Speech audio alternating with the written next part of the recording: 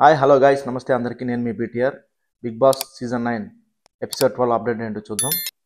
No buzzer challenge టాస్క్లో భరణి గారు మిమ్మల్ని ఎవరు నమ్మాల్సిన అవసరం లేదు.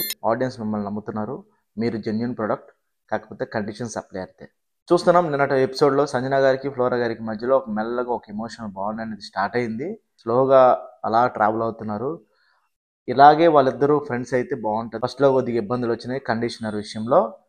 వీళ్ళిద్దరూ ఇలాగే హ్యాపీగా ఉంటే చాలు. బట్ గేమ్ విషయానికి వస్తే మాత్రం సంజన గారిని మనం ఎస్టిమేట్ చేయలేము. ఆవిడ చాలా ఇండిపెండెంట్గా ఆడతారు. గేమ్ కోసం అవసరం అయితే ఎలాంటి ఫ్రెండ్షిప్ అయినా సాక్రిఫైస్ చేసేస్తారు ఆవిడ. ఎలాంటి ఫ్రెండ్ అయినా సరే గొడవ పెట్టుకుంటారు ఆవిడ గేమ్ కోసం. సో ఆవిడతో మాత్రం చాలా జాగ్రత్తగా ఉండాలి. ఆవిడ ఫ్రెండ్షిప్ని నిజమని, ఆవిడ ఫ్రెండ్షిప్ని శాశ్వతం అని అనుకుంటే మాత్రం ఫ్లోరా గారి మూర్ఖత్వం. హౌస్లో సంజన గారు రీతికి తినిపించి మళ్ళీ హౌస్లో గ్రూప్ మెంబర్స్లో అగ్గి రాజేశారు. ఈ ఎలాంటి విపత్తుకైనా ఖచ్చితంగా అక్కడ సంజన గారి మొదటి అడుగు ఉంటుంది. ఈసారి చూడాలి. ఇది నెక్స్ట్ నామినేషన్స్లో సంజన గారు రీతు గారు తినిపించారు కదా, అది ఎంతవరకు వెళ్తుందో.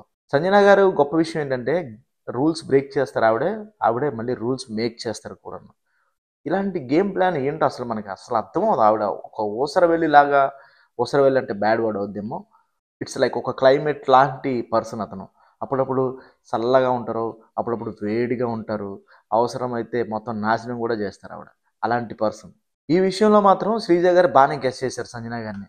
మీరే ఎందుకో గొడవ స్టార్ట్ చేద్దామని రీతు గారు తినిపించారని చెప్పి శ్రీజ గారు అనడం కూడాను కరెక్ట్ అనిపించింది నాకు. మనం అనుకున్నంత వేస్ట్ ఏం కాదు శ్రీజ గారు. తనుజ గారు రోజు రోజుకి మా మనసులో దోచుకుంటున్నారు మీరు, మీ ఇన్నోసెన్స్తోని, మీ హానెస్టీతోని. ఆడియన్స్ మీలాంటి వాళ్ళని సపోర్ట్ చేయాలి. కెప్టెన్సీ కంటెస్టెంట్స్ విషయానికి మనీష్ గారిని, భరణి గారిని, ఇమ్మాన్యుయల్ గారిని, డిమాన్ గారిని సెలెక్ట్ చేశారు ఓకే. గ్రూప్ మెంబర్స్ సెలెక్ట్ చేశారు ఓకే. బట్ రిమైనింగ్ పర్సన్స్ ఎవరైతే మీరు ఎలిమినేట్ చేశారో వాళ్ళకి ఎక్స్ప్లెనేషన్ ఇవ్వాల్సిన అవసరం ఉంది కదా. వాళ్ళకి ఎక్స్ప్లెనేషన్ ఇస్తే వాళ్ళు చాలా హ్యాపీగా ఫీల్ అవుతారు. అట్లీస్ట్ వాళ్ళు రీజన్స్ అన్నా సరే మీరు తీసుకోవాలి కదా. వాళ్ళు చెప్తున్నప్పుడు, వాళ్ళు డిఫెండ్ చేస్తున్నప్పుడు అట్లీస్ట్ యాక్సెప్ట్ చేయాలి కదా.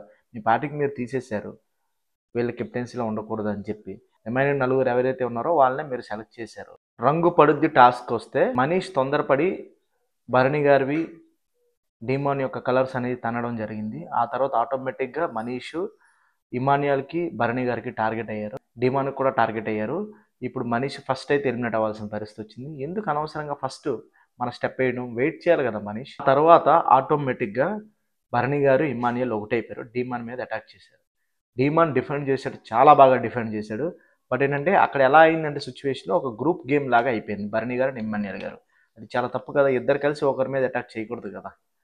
దానివల్ల రీతు గారు ఆటోమేటిక్గా డిమాన్కి సపోర్ట్ చేసే పరిస్థితి తీసుకొచ్చారు. దానివలన అయితే ఒకటి, ఇక్కడ డిమాన్ చాలా కష్టపడి ఆడాడు, అందువల్లే తను గెలిచాడు, అందువల్లే తను కెప్టెన్సీ అయ్యాడు. నిజంగా ఎక్స్ట్రాడినరీ విషయం అండి అది. డిమాన్ చిరుతపులిలా ఆడాడు.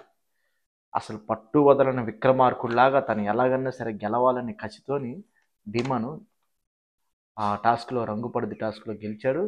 తను కెప్టెన్ అయ్యాడు. గేమ్ అయిపోయింది, డిమాన్ గెలిచారు అనుకుంటున్నారు, కానీ అసలు ఆట ఇప్పుడే మొదలైంది.